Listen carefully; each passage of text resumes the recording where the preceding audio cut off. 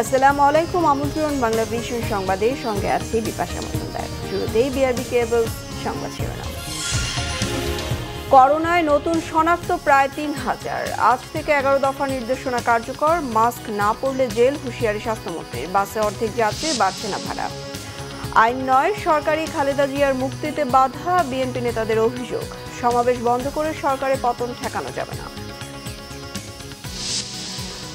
Airport রোডের বহুল আলোচিত দুর্ঘটনাস্থলে আন্ডারপাস উদ্বোধন। সড়ক দুর্ঘটনায় আইন হাতে তুলে না নিতে প্রধানমন্ত্রীর আহ্বান। জমজমাট নারায়ণগঞ্জ সিটি নির্বাচনের প্রচার, ব্যস্ত ২ মেয়র প্রার্থী। ভোট সুষ্ঠু হবে, সহিংসতায় মারা গেলে দায় নেবে না কমিশন, আবারও বললেন সিইসি। বিআরবি কেবলস সংবাদ শিরোনাম দেখছিলেন, এবার বিস্তারিত। করোনা সংক্রমণ ঠেকাতে আজ থেকে কার্যকর হচ্ছে সরকার ঘোষিত ১১ দফা নির্দেশনা। স্বাস্থ্যমন্ত্রী জাহিদ মালিক জানিয়েছেন, নির্দেশনা বাস্তবায়নে কঠোর থাকবে সরকার। তিনি জানান, মাস্ক না পরলে হতে পারে জেল জরিমানা। তিনি আরও জানান, দেশে ১৫ থেকে ২০% করোনা রোগী ওমিক্রন ধরনে আক্রান্ত। দেশে প্রতিদিনই বাড়ছে করোনা আক্রান্ত সংখ্যা। ২৪ ঘন্টায় নতুন শনাক্ত রোগীর সংখ্যা ২,৯১৬ জন, আর মারা গেছেন ৪ জন। শনাক্ত বিবেচনায় সংক্রমণের হার ১১.৬৮%। দেশে সব মিলিয়ে মৃতের সংখ্যা ১৮,১১১ জন। স্বাস্থ্য অধিদপ্তরের ভার্চুয়াল সংবাদ সম্মেলনে সংস্থাটির মুখপাত্র ডাক্তার রোবেদ আমিন জানান, ৭ দিনে দেশে করোনা সংক্রমণ প্রায় দ্বিগুণ হয়েছে। এটা শুধুমাত্র একই ধারায় বৃদ্ধি হচ্ছে তা না, প্রগ্রেসিভলি বৃদ্ধি পাচ্ছে, যেটা আমার জন্য খুবই খুবই সাবধানতার বিষয় এবং অ্যালার্মিং বিষয়। অনেকেই টেস্ট করছেন না, সবাই যদি টেস্ট করতেন তাহলে হয়তো সংখ্যাটা আরো অনেক বেশি পরিমাণ বৃদ্ধি পেত। এদিকে গণপরিবহনে অর্ধেক যাত্রী ও বাড়ির বাইরে সার্বক্ষণিক মাস্ক পরা সহ ১১টি নির্দেশনা দিয়েছিল সরকার। নির্দেশনাগুলোর মধ্যে রয়েছে উন্মুক্ত স্থানে সামাজিক, রাজনৈতিক, ধর্মীয় অনুষ্ঠান ও সমাবেশ বন্ধ রাখা, মাস্ক পরা বাধ্যতামূলক, রেস্তোরাঁয় বসে খাবার গ্রহণ ও আবাসিক হোটেলে থাকার জন্য দেখাতে হবে টিকা সনদ। মহাখালীতে বিসিপিএস প্রাঙ্গণে দেশের বিভিন্ন হাসপাতালকে অ্যাম্বুলেন্স ও কম্পিউটার হস্তান্তর অনুষ্ঠানে করোনা সংক্রমণ বৃদ্ধি নিয়ে উদ্বেগ জানান স্বাস্থ্যমন্ত্রী। সরকারি নির্দেশনা বাস্তবায়নে কঠোর পদক্ষেপ নেওয়ার হুঁশিয়ারি তার।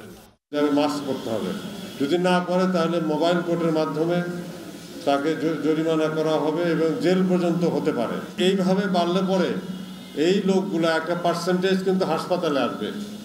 আমরা ধরে নেওয়া হয় যে 5%, এবার যদি কমও আসে তারপরেও যদি একটা পার্সেন্টেজ হাসপাতালে আসে তাহলে রোগীর সংখ্যা কত? এখন মৃত্যুর হার কম আছে, তার কারণ হলো যে ভ্যাকসিন নেওয়া হয়েছে, সেবা অনেক উন্নত হয়েছে, হাসপাতালে ভালো ব্যবস্থা আছে। এদিকে তথ্য উপাত্ত বিশ্লেষণ করে ঢাকা ও রাঙামাটি জেলাকে করোনা সংক্রমণের উচ্চ ঝুঁকিপূর্ণ এলাকা হিসেবে চিহ্নিত করেছে স্বাস্থ্য অধিদপ্তর। মাইনুল শোভন, বাংলা ভিশন, ঢাকা।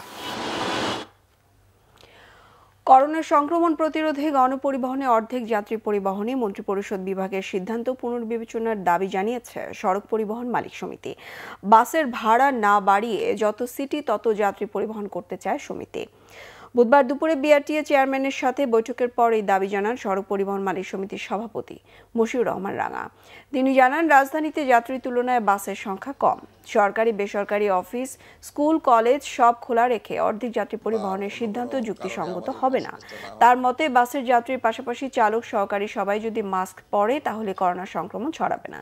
পাশাপাশি ক্র্যাশ প্রোগ্রামের মাধ্যমে পরিবহন শ্রমিকদের শতভাগ টিকার আওতায় আনার দাবি জানান মশিউর রহমান রাঙা। এ সময় বিআরটিএ চেয়ারম্যান জানান, বৈঠকে বাস ভাড়া বাড়ানোর কোনো সিদ্ধান্ত আসেনি। বৈঠকের সিদ্ধান্ত মন্ত্রিপরিষদে পাঠানো হবে, সেখান থেকে চূড়ান্ত সিদ্ধান্ত আসবে। কিছুদিন আগে আমরা ভাড়া বৃদ্ধি করেছিলাম জ্বালানি তেলের মূল্য বৃদ্ধির প্রেক্ষিতে।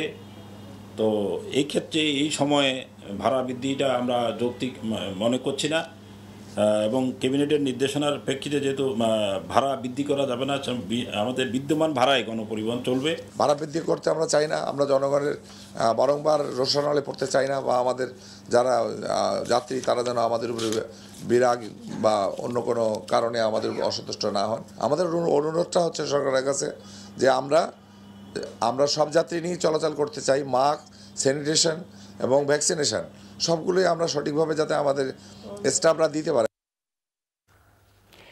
বিএনপি নেতারা বলেছেন, সরকার চাইলে নির্বাহী আদেশ সংশোধন করে বেগম খালেদা জিয়াকে বিদেশে পাঠাতে পারে। আইন নয়, সরকারই বেগম খালেদা জিয়ার মুক্তিতে বাধা। অবিলম্বে বেগম জিয়াকে বিদেশে সুচিকিৎসার ব্যবস্থা করতে সরকারের প্রতি আহ্বান জানান নেতারা। বুধবার দেশের বিভিন্ন জেলা ও বিভাগীয় সমাবেশে এসব কথা বলেন বিএনপি নেতারা। সিলেট নগরীর উপকণ্ঠে টুকের বাজারে বিএনপি চেয়ারপারসন বেগম খালেদা জিয়ার মুক্তি ও সুচিকিৎসার জন্য বিদেশ পাঠানোর দাবিতে সমাবেশ করে জেলা বিএনপি। এতে নেতারা বলেন, বেগম খালেদা জিয়া গণতন্ত্র পুনরুদ্ধার করতে চান বলেই সরকার তাকে মিথ্যা মামলায় বন্দী করে রেখেছে। অবিলম্বে বেগম খালেদা জিয়াকে সুচিকিৎসার জন্য বিদেশ পাঠানোর দাবি জানান তারা, নইলে কঠোর আন্দোলন গড়ে তোলা হবে বলে হুঁশিয়ারি দেন নেতারা। উনি মানুষের ভাষা বোঝেন, উনি মানুষকে গণতান্ত্রিক অধিকার দিয়ে চলতে চান, ভোটের অধিকার ফিরিয়ে দিতে চান। তাই তার কণ্ঠকে স্তব্ধ করে দিয়ে জেলখানায় স্লো পয়জনিং করে আজকে হসপিটালে মৃত্যুর সাথে লড়াই করছে। এই সিলেট অশোক শাসনের পূর্ণ করি আমি আপনাদের সিলেটবাসীকে আহ্বান জানাতে চাই, আপনারা ঐক্যবদ্ধ থাকেন। আগামী দিনে সকল সংগঠন এবং সহযোগী সংগঠন একযোগে ঐক্যবদ্ধভাবে আপনারা আন্দোলনে মাঠে। একই দাবিতে রংপুরের গঙ্গাচড়া উপজেলার বুড়িরহাট উচ্চ বিদ্যালয় মাঠে সমাবেশ করে জেলা বিএনপি। এতে বিএনপির স্থায়ী কমিটির সদস্য মির্জা আব্বাস অভিযোগ করেন, বেগম খালেদা জিয়ার কিছু হলে আওয়ামী লীগকে খুঁজে পাওয়া যাবে না। সরকারের পতন ঘটিয়েই বেগম খালেদা জিয়াকে মুক্ত করে সুচিকিৎসার জন্য বিদেশ পাঠানো হবে। অনুরোধ জানিয়েছিলাম, আকুতি জানিয়েছিলাম, দেশ নেত্রী বেগম খালেদা জিয়াকে আপনারা মুক্তি দিন। আজকে এই সভা থেকে আমরা দেশ নেত্রী বেগম খালেদা জিয়ার মুক্তি আমরা চাই না। এই সরকারের পতনের মধ্যে দিয়ে আমরা দেশ নেত্রী বেগম খালেদা জিয়াকে মুক্ত করব। চাঁদপুর শহরের নতুন বাজারে বেগম খালেদা জিয়ার মুক্তি ও সুচিকিৎসার জন্য বিদেশ পাঠানোর দাবিতে সমাবেশ করে জেলা বিএনপি। এতে দলের স্থায়ী কমিটির সদস্য ডক্টর খন্দকার মোশাররফ হোসেন বলেন, বর্তমান সরকার গণতন্ত্রকে হত্যা করেছে। এখন দেশে আইনের শাসন নেই, মানবাধিকার নেই, তা এখন আন্তর্জাতিকভাবে স্বীকৃত। অবিলম্বে বেগম খালেদা জিয়ার মুক্তির দাবি জানান তিনি। আমাদের যে দাবিটি যে সেই যে এক্সিকিউটিভ অর্ডার, নির্বাহী অর্ডারটি সংশোধন করে শর্তযুক্ত থেকে সেটাকে সংশোধন করে শর্তমুক্ত করা হলেই দেশনেত্রী বেগম খালেদা জিয়া বিদেশে গিয়ে উন্নত চিকিৎসা নিতে পারেন। এটা এমন কোনো আইনের বিষয় নয়। সরকার আইনের কথা বলে এটা কিন্তু জনগণকে বিভ্রান্ত করছে। চট্টগ্রামের কর্ণফুলী সিডিএ আবাসিক মাঠে সমাবেশ করে চট্টগ্রাম দক্ষিণ জেলা বিএনপি। এতে দলের স্থায়ী কমিটির সদস্য আমির খসরু মাহমুদ চৌধুরী অভিযোগ করেন, দেশের মানুষের বিরুদ্ধে আওয়ামী লীগ ষড়যন্ত্র করছে। সরকার অপকর্ম ঢাকতে জনগণের টাকায় বিদেশে লবিস্ট নিয়োগ করেছে। সরকার পতনের দিন ঘনিয়ে এসেছে। হ্যাঁ, ওমিক্রনের নাম দিয়ে নাইলে আর 15-20 দিন যেতে পারবেন, নাইলে 1 মাস যেতে পারবেন। পতন কিন্তু হতে হবে। এদিকে খুলনার ডুমুরিয়া উপজেলা ফুটবল মাঠে সমাবেশ করে বিএনপি। এতে দলের স্থায়ী কমিটির সদস্য গয়েশ্বর চন্দ্র রায় বলেন, বেগম খালেদা জিয়াকে মিথ্যা মামলায় সাজা দেওয়া হয়েছে। হাসিনার পতন ছাড়া বাংলাদেশের মানুষ মুক্তি পাবে না। তার পতন ছাড়া খালেদা জিয়া মুক্তি পাবেন না। রাজশাহীর পুঠিয়া শিবপুরহাট স্কুল মাঠে সমাবেশ করে জেলা বিএনপি। এতে নেতারা অভিযোগ করেন, বেগম জিয়ার জনপ্রিয়তা ঈর্ষান্বিত হয়ে এবং প্রতিহিংসার কারণে তাকে বন্দী করে রাখা হয়েছে। সরকারের পতন ঘণ্টা বেজে গেছে বলে মন্তব্য করেন নেতারা। আপনার পুলিশ বাধা দিয়ে বিএনপির সমাবেশকে বাধা করতে পারে না। বিএনপির সমাবেশকে ভণ্ডুল করতে পারে না। নিজের জীবন আমরা রাজপথে দিয়ে আমরা শাহাদাত বরণ করে আমরা দেশ নেত্রীকে আমরা মুক্ত করে বিদেশে চিকিৎসায় পাঠাবো ইনশাআল্লাহ। ওরা আবার একটা নির্বাচন করতে চায়, যে নির্বাচন ভোটাররা যায় না, যে নির্বাচন ভোট কেন্দ্রে শুধু গরু ছাগল বিচারণ করে সেই নির্বাচন করতে চায়। সেই জন্য তারা এখন মিথ্যা মামলায় সাজা দেওয়া শুরু করেছে, কারো 5 বছর, কারো 10 বছর। অবিলম্বে বেগম খালেদা জিয়াকে মুক্তি না দিলে কঠোর আন্দোলন গড়ে তোলার কথা জানান বিএনপি নেতারা। জাহাঙ্গীর আকন্দ, বাংলা ভিশন, ঢাকা। তথ্য ও সম্প্রচার মন্ত্রী ডক্টর হাসান মাহমুদ বলেছেন, যারা সমাবেশে নিজেরাই মারামারি করে ধাক্কাধাক্কিতে মঞ্চ ভেঙে পড়ে যায় তাদের পক্ষে দেশ চালানো সম্ভব নয়। গতকাল উত্তরা ফ্রেন্ডস ক্লাব মাঠে ঢাকা মহানগর উত্তর আওয়ামী লীগের শীত বস্ত্র বিতরণ অনুষ্ঠানে মন্ত্রী কথা বলেন। যেই রাজনৈতিক দল নিজেদের একটি সমাবেশের শৃঙ্খলা রাখতে পারে না, যেই রাজনৈতিক দল সমাবেশ করতে গিয়ে মারামারি করে, যেই রাজনৈতিক দল সমাবেশ করতে গিয়ে তাদের আতঙ্কে জনগণ দোকানপাট বন্ধ করে দেয়, সেই দল যদি দেশ পরিচালনার দায়িত্ব পায় তাহলে এই দেশের মানুষ দেশ ছেড়ে পালানোর উপক্রম হবে। যারা সমাবেশ করতে গিয়ে নিজেদের ঠেলাঠেলির কারণে মঞ্চ ভেঙে পড়ে, তাদের পক্ষে কি দেশ চালানো সম্ভব? তাদের পক্ষে কখনো দেশ চালানো সম্ভবপর নয়। রাজধানী সহ সারা দেশে সড়ক মহাসড়ক নিরাপদ ও যানজট মুক্ত করতে সরকার নিরলসভাবে কাজ করছে বলে জানিয়েছেন প্রধানমন্ত্রী শেখ হাসিনা। সড়ক দুর্ঘটনায় আইন হাতে তুলে না নেয়ার পাশাপাশি সবাইকে ট্রাফিক আইন মেনে চলার আহ্বানও জানান তিনি।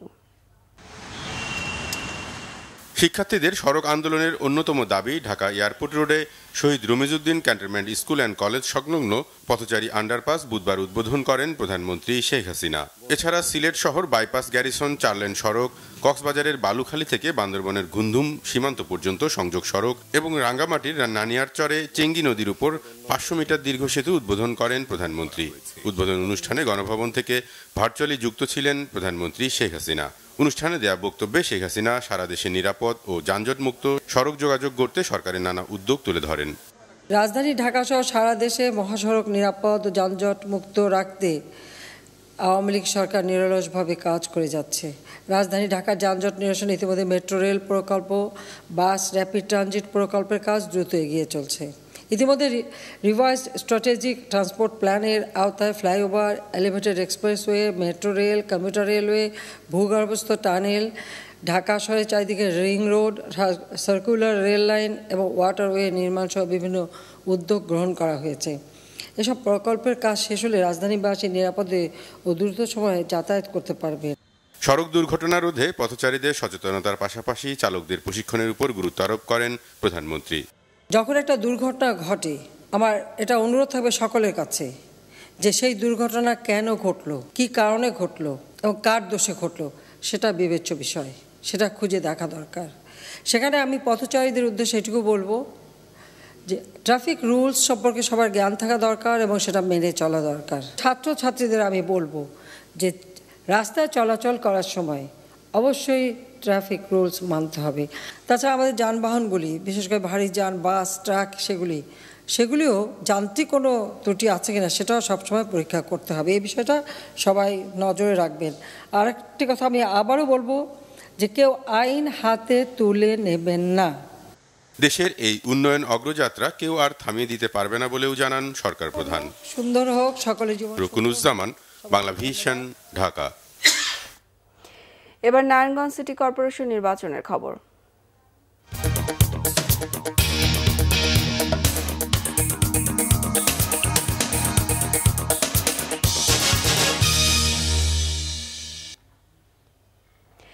নির্বাচন যতই ঘনিয়ে আসছে ততই বাড়ছে নারায়ণগঞ্জ সিটি কর্পোরেশন নির্বাচনের প্রতিদ্বন্দ্বী প্রার্থীদের ব্যস্ততা। অব্যাহত আছে প্রার্থীদের পাল্টাপাল্টি অভিযোগ। নওগাঁর প্রার্থী ডাক্তার সেলিনা হায়াত আইভি বলেছেন, তাকে জেতাতে নারায়ণগঞ্জ আওয়ামী লীগ ঐক্যবদ্ধ। অন্যদিকে হাতিমার্কার স্বতন্ত্র প্রার্থী তৈমুর আলম খন্দকার অভিযোগ করেছেন, তার কর্মী সমর্থকদের ভয়ভীতি দেখাতে বাসাবাড়িতে তল্লাশি চালাচ্ছে আইনশৃঙ্খলা বাহিনী। নারায়ণগঞ্জ সিটি কর্পোরেশন নির্বাচনের বাকি আর মাত্র 3 দিন। সময় যতই ঘনিয়ে আসছে ততই বাড়ছে প্রতিদ্বন্দ্বী প্রার্থীদের ব্যস্ততা। নগরীর প্রত্যেকটি অলিগলি চষে বেড়াচ্ছেন প্রার্থীরা। বুধবার সকালে নারায়ণগঞ্জের 15 নম্বর ওয়ার্ডের নিমতলা এলাকা থেকে দিনের গণসংযোগ শুরু করেন নৌকার প্রার্থী ডাক্তার সেলিনা হায়াত আইভি। এ সময় প্রতিটি এলাকায় নারী পুরুষ নির্বিশেষে তাকে ফুল দিয়ে বরণ করে নেন। 16 তারিখের নির্বাচনে জয়ের ব্যাপারে শতভাগ আশাবাদ ব্যক্ত করেন আইভি। জয়ের ব্যাপারে আমি 100% আশাবাদী, কারণ সারা নারায়ণগঞ্জের মানুষের সাথে, এই সিটিবাসীর সাথে আমার একটা আত্মিক সম্পর্ক আছে, প্রত্যেকের সাথে আমার একটা হৃদয়ের সম্পর্ক। সুতরাং এই শহরের মা বোনেরা, ভাইয়েরা শান্তির পক্ষে ভোট দিবে, শহর উন্নয়নের পক্ষে ভোট দিবে এবং আমাকেই তারা ভোট দিবে এবং আমি 16 তারিখে ইনশাল্লাহ জয়যুক্ত হব। এদিকে উৎসাহ আর উদ্দীপনার কমতি নেই হাতি মার্কার স্বতন্ত্র প্রার্থী তৈমুর আলম খন্দকারের নির্বাচনী প্রচারণায়। নগরীর এক প্রান্ত থেকে অন্য প্রান্ত ভোটারদের কাছে ভোট চাইছেন এই প্রার্থী। এ সময় তিনি অভিযোগ করেন, নেতাকর্মীদের ভয়ভীতি দেখানো অব্যাহত রেখেছে আইন শৃঙ্খলা বাহিনী। ঢাকা থেকে কিছু সম্মানিত মেহমান আসেন, তারা এসে নারায়ণগঞ্জে এমন কিছু কথা বলেন যেটা নারায়ণগঞ্জের মানুষের মনে ক্ষোভের সৃষ্টি হয়েছে।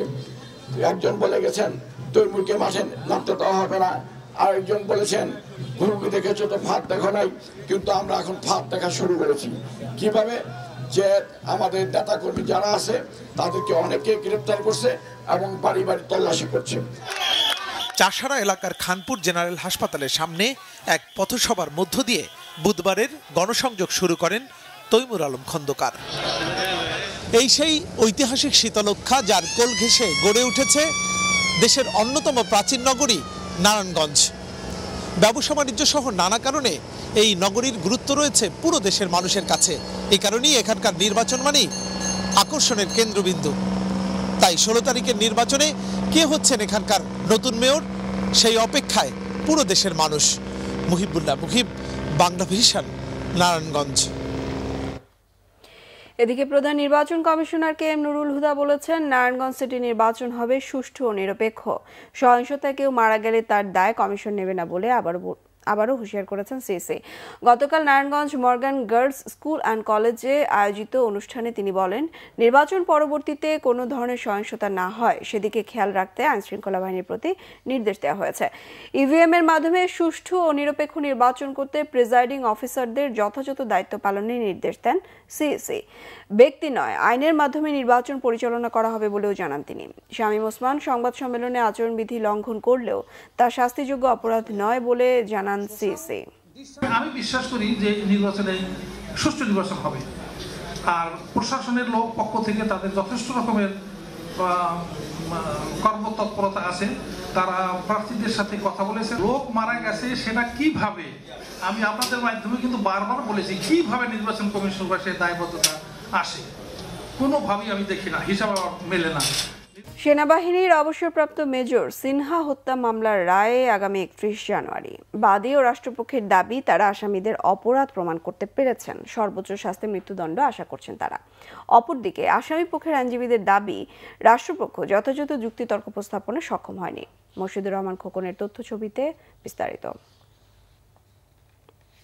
অবসরপ্রাপ্ত মেজর সিনহা হত্যা মামলার যুক্তিতর্কের শেষ দিনে আইনজীবী অ্যাডভোকেট রানা দাশগুপ্ত ওসি প্রদীপের পক্ষে যুক্তিতর্ক উপস্থাপন করেন। পরে রাষ্ট্রপক্ষের পাল্টা যুক্তি শেষে মামলার বিচারক কক্সবাজার জেলা ও দায়রা জজ মোহাম্মদ ইসমাইল চাঞ্চল্যকর মামলাটির রায়ের দিন ঠিক করেন 31 জানুয়ারি।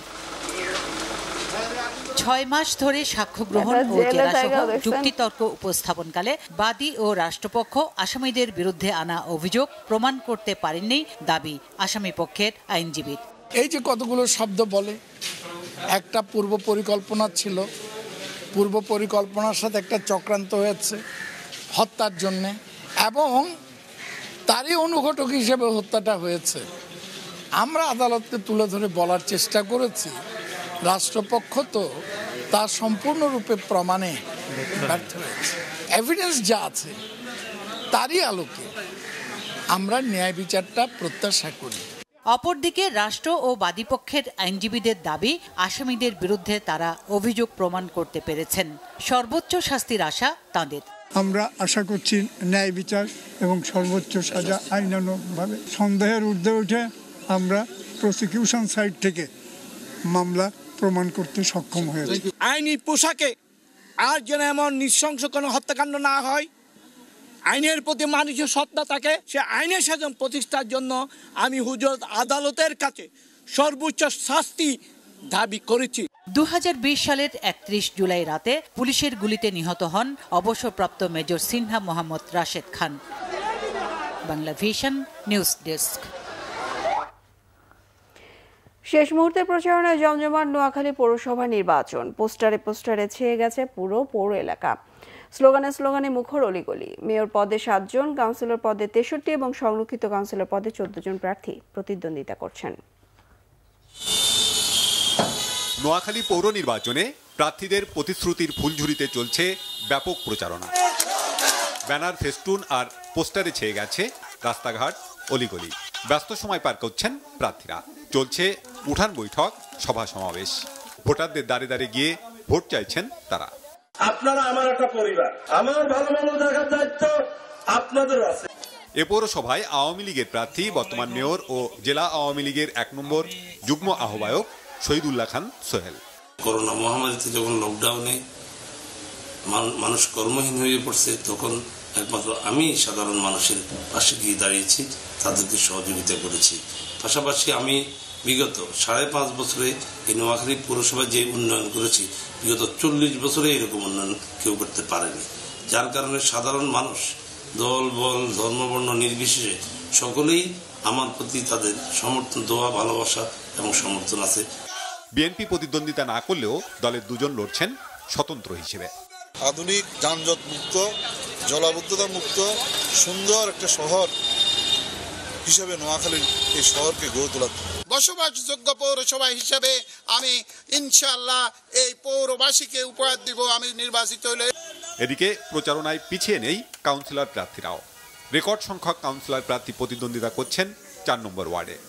আমি ছোটকাল থেকেই সমাজসেবার সাথে জড়িত আছি। করোনা মহামারীতে যখন মানুষ কর্মহীন হয়ে পড়েছে, তখন মানুষের পাশে এসে আমি দাঁড়াইছি। নোয়াখালী পৌরসভার মোট ভোটার ৭৫,৭২৬। প্রথমবারের মতো এ পৌরসভায় ভোট হবে ইভিএমে। এই নোয়াখালী পৌরসভার নির্বাচনে এমন একজন মেয়রকে দেখতে চাই, যিনি হবেন ব্যবসায়ীদের জন্য আশীর্বাদ, যোগ্য ব্যক্তি, তাকে আমরা নির্বাচিত করব। যে আমাদের নগর উন্নয়নের কাজ করবে তাকে আমি ভোট দেব। সুষ্ঠু নির্বাচনের সব পদক্ষেপ নেওয়ার কথা জানিয়েছেন নির্বাচন কর্মকর্তা। আমরা সর্বাত্মক প্রস্তুত একটা সুষ্ঠু সুন্দর ইলেকশন করার জন্য। সেই লক্ষ্যে আমরা ইতিমধ্যে সকল কার্যক্রম সম্পন্ন করেছি। কেউ হচ্ছেন নোয়াখালী পৌরসভার আগামী মেয়র, তা দেখতে অপেক্ষা করতে হবে 16 জানুয়ারি পর্যন্ত। Bangla Vision news desk. Lemon খেলার সংবাদ এবার।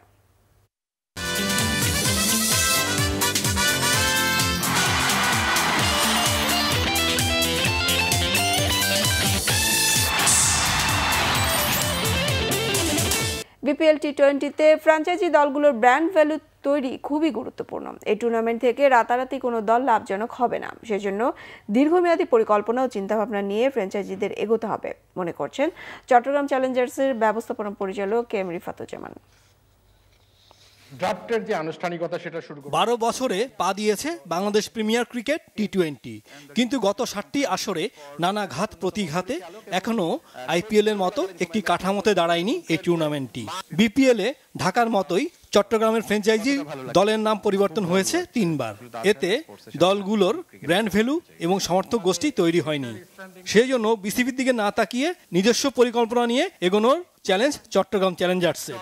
আপনাকে ব্র্যান্ড ভ্যালু বিল্ড করতে হবে, ব্র্যান্ড ভ্যালু বিল্ড করার পরে ওই জায়গাগুলো ক্রিয়েট করতে হবে, কাজও করতে হবে। থ্রু আউট দ্য ইয়ার এটা নিয়ে আপনাকে ফোকাস থাকতে হবে। আমরা যদি নিজেদের ফ্র্যাঞ্চাইজিগুলোকে নিয়ে কাজ করি আর কোনো জায়গায় যদি আমাদের চ্যালেঞ্জ মনে হয় সেগুলো যদি আমরা শেয়ার করি, আমার মনে হয় near future BCB will be willing to help us also.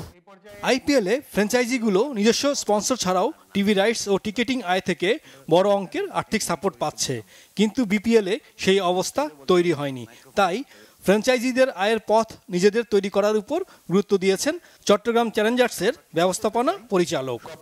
ফ্র্যাঞ্চাইজিটাকে financially stable করার জন্য বিজনেসের জায়গা থেকেও যদি এটাকে আরেকটু চিন্তা করি, একদম পুরোটাই বিসিবির উপরে চিন্তা না করে নিজের কোম্পানির মতো করে একটা কোম্পানি স্টার্ট করেছি। এখানে এটাকে ভ্যালু অ্যাড কীভাবে করা যায়, থ্রু আউট দ্য ইয়ার এটাকে কীভাবে প্রমোট করা যায়, থ্রু আউট দ্য ইয়ার এটাকে মার্চেন্ডাইজিংয়ের মাধ্যমে, ধরেন এটা চট্টগ্রাম চ্যালেঞ্জার্সের নামেই তো অনেক ধরনের প্রোডাক্ট হতে পারে, it can be a company.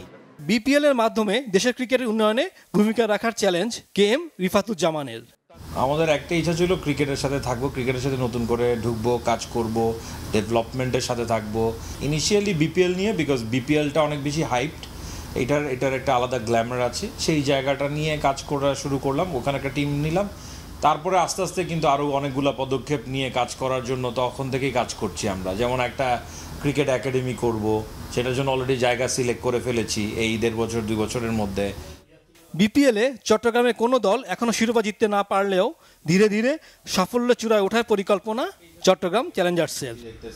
Saifur Rahman Chowdhury, Bangla vision, Dhaka. সংবাদ শেষ করব বিআরবি কেবলস শিরোনামগুলো আরেকবার। করোনায় নতুন শনাক্ত প্রায় 3000, আজ থেকে 11 দফা নির্দেশনা কার্যকর। মাস্ক না পরলে জেল, হুঁশিয়ারি স্বাস্থ্যমন্ত্রীর। বাসে অর্ধেক যাত্রী, বাড়ছে না ভাড়া। আইন নয়, সরকারি খালেদা জিয়ার মুক্তিতে বাধা, বিএনপি নেতাদের অভিযোগ। সমাবেশ বন্ধ করে সরকারের পতন ঠেকানো যাবে না। এয়ারপোর্ট রোডের বহুল আলোচিত দুর্ঘটনাস্থলে আন্ডারপাস উদ্বোধন। সড়ক দুর্ঘটনায় আইন হাতে তুলে না নিতে প্রধানমন্ত্রীর আহ্বান। জমজমাট নারায়ণগঞ্জ সিটি নির্বাচনের প্রচার, ব্যস্ত 2 মেয়র প্রার্থী। ভোট সুষ্ঠু হবে, সহিংসতায় মারা গেলে দায় নেবে না কমিশন, আবারও বললেন সিইসি। এই ছিল এখনকার মতো। পরের সংবাদ সকাল 10টায়, 9টায় রয়েছে নিউজ টপ 10, দেখার আমন্ত্রণ রইল। এছাড়া বাংলা ভিশন সংবাদ ও সংবাদ সংশ্লিষ্ট অনুষ্ঠান দেখতে ভিজিট করুন www.bbnews24.com ও facebook.com/banglavisionnews। সাবস্ক্রাইব করুন youtube.com/banglavisionnews। সঙ্গে থাকায় ধন্যবাদ।